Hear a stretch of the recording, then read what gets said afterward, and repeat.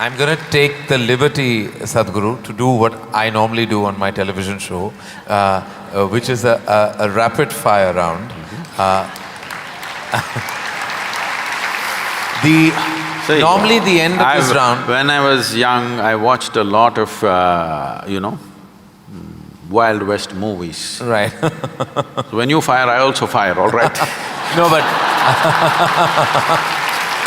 no, I promise you, this is not that kind of… You're not in my line of fire at all. I will not take the liberty of being that person. These are just quick questions which when I ask for one word, you have to stick to that. Because sometimes you have a tendency of not exactly answering the question asked. But you give such a profound and prolific retort back that it makes you very satiated. But in this case, my only request is that if it's one word, then it's just one word. Okay.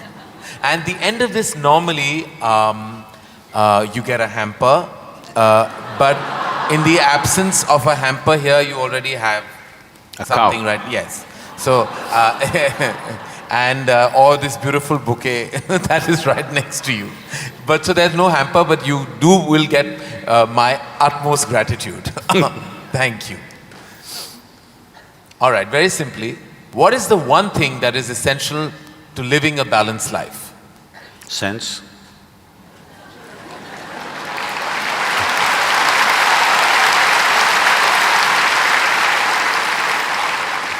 What is the one thing we must absolutely do away with in order to lead a balanced life? Senselessness. Yes. All right. I thought that was coming. First thing that comes to your mind when I say the following. The first thing, organized religion. Madness. Marriage. Cohabitation. Competition. Stupid. Money. Useful. Love.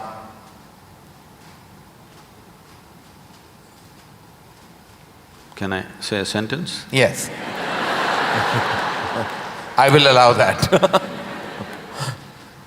Most beautiful, but unfortunately crippling for most people. If I can little elaborate that, see, if something unpleasant cripples you, something nasty cripples you, it's acceptable. When something beautiful cripples you, it's a true disaster.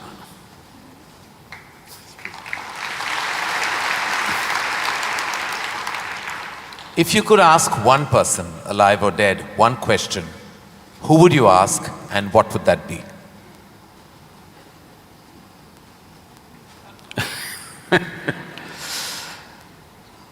I really sorted out all my questions because I did not spend time educating myself or doing anything. I spent my entire life sorting out every damn question I had. I've kind of run out of questions. And you certainly have not run out of any answers and you never will. Best advice you have ever received? Nothing. Never? No. I never sought, nor did I receive. I made myself in such a way I'm incapable either of seeking advice or giving advice.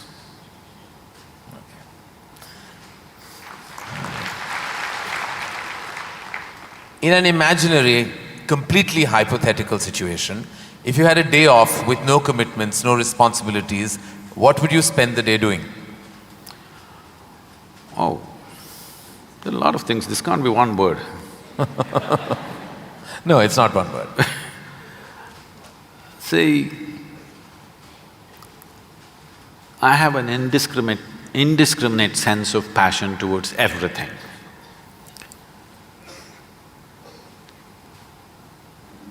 There were lots and lots of things I did at one time, but these days, time is not allowing me to do that, so generally if I have little time, all I do is play golf. Because that's safe and within the city and I can get back in time for something else to be done. But if an entire day is left to me, which they've not done for a long time, They've not left it to me.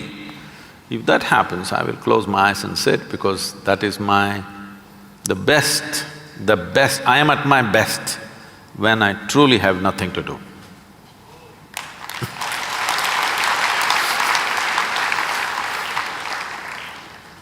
What is one thing you'd like people to remember about you at the end of your life?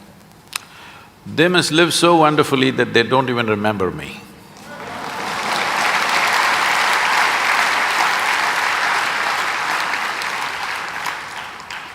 If you found a way to travel through time, where would you go? I'm kind of done with all those things. Your universe visited already, you have visas for every part of this ecosystem. If we can do some slow fire, Yeah. because that's a question with many ramifications. This, for example, traveling in the world, we jetted around and now we want to travel to the Mars, we want to travel to another place. And now that's not enough, we want to travel into the past and future. All this longing is again exploratory in nature. Whether you go on vacation to Maldives or you want to go to Mars, it is fundamentally exploratory. Maybe you're also thinking of relaxation and pleasure and whatever, but essentially it's exploratory, otherwise why can't you do it here? It's something that you want to do, you want to touch another place. This longing is there in the human being only as long as the life that you are remains in a seed form. That is, it did not sprout and blossom. This happened when Adiyogi was expounding the science of yoga and talking about the nature of the cosmos, how it's related to your individual self and what you can do with it. Then the seven sages who were with him, they asked, what is the nature of this cosmos? How big is it? Where does it begin? Where does it end? So he laughed and said, your entire cosmos, I can pack it into a mustard seed. Because your ideas of time and space are essentially because you're living within the framework of your intellect.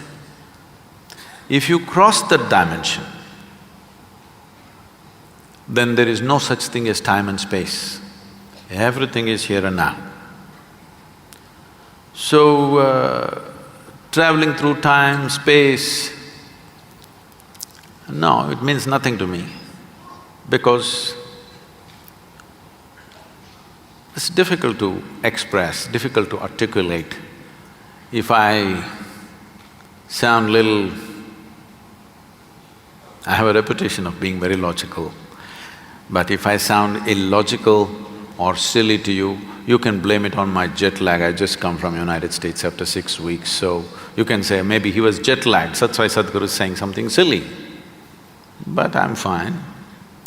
I'm saying this because you can't fit the universe into your silly little logic. Today's human being is too overly enamored with their own logic that they're missing the entire life. The gamut of phenomena that's happening in the existence is missed because the only way you can accept anything is it has to fit in to the square hole of your logic. Anything that doesn't fit into your logic, you will reject. In this, you rejected the entire cosmos. In this, you have rejected the magic of life. You have become a slave of logic and completely missing the magic of life. So, this time, space, all this stuff is because intellectually you're trying to dissect the universe and try to understand this. Tell me, if you sit here, suppose you're very joyful, do you see, you will not know how the day passed off. And if you're depressed, do you see the day won't pass? So time is a consequence of the miserable nature of human existence. If you are truly blissed out and ecstatic, you wouldn't know what is a day, what is a year, what is a lifetime, you wouldn't know. There have been times I sat down, I didn't realize, I thought it's 5 minutes, but people gathered around and started molesting my feet. Well, because in their understanding, I sat there for many days or whatever. This idea of time and space is a very convoluted idea simply because people are stuck in the framework of their logic. My work, my fundamental work is to take people beyond the framework of logic into the true magic of existence, our own existence. But it takes a lot of time. Still, my reputation is of being very logically correct because I'm still trying to woo them still wooing them, you know. For the real thing to happen, they will take a long time, unfortunately, because they have become such slaves of their logic. What is the first thing you notice when you meet a person? Just everything. Everything. Everything. Past, present and future.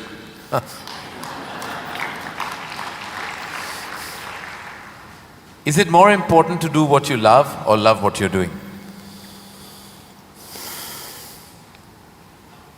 One word or more? The choice is entirely yours. See, if you are an intelligent person,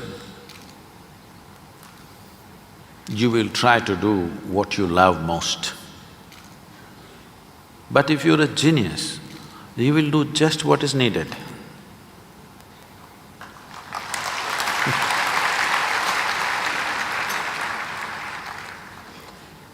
If you could be invisible for a day, what would you do?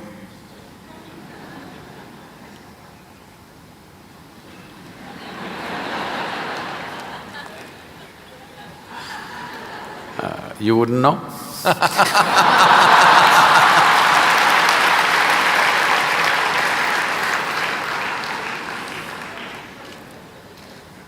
With due respect, what is your biggest weakness? Biggest? What is your biggest weakness?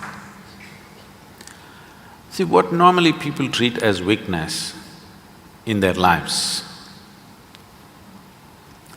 Okay, let me give a normal answer. Why? Why am I going into all this? Already you said I'm what? What is the word? Sashayed.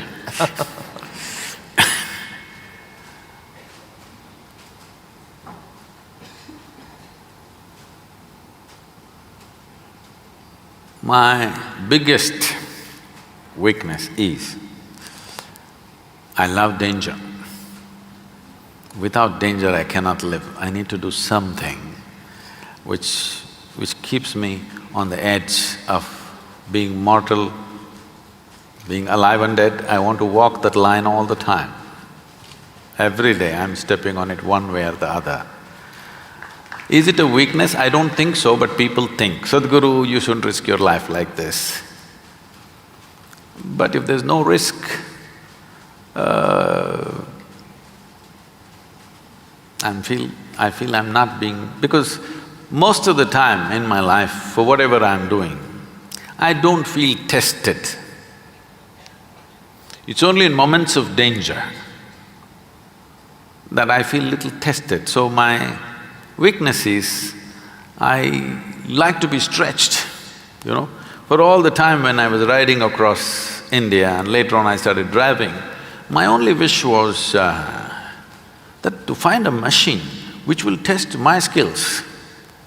Always found the damn things broke down if I took it to my limits. These days recently I'm beginning to get to do a few machines which are testing me, whether I can push it all the way or not.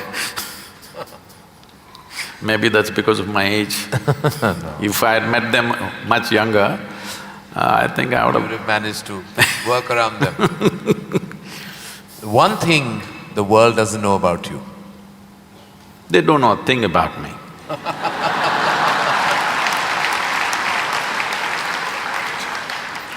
That's a fact.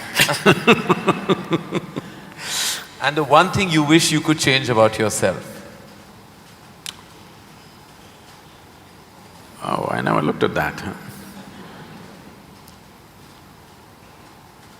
I could speak Hindi. No, I'm sorry, Marathi.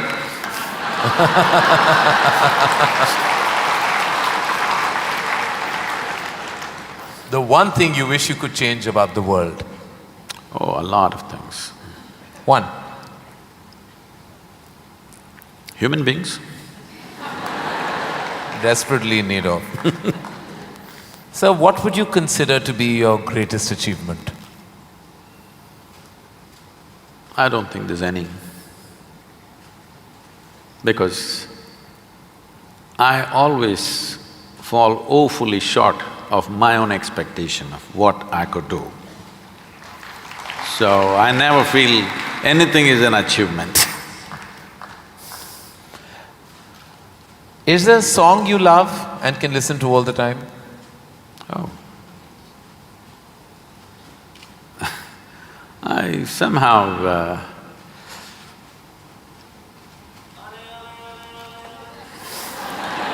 nah. Probably because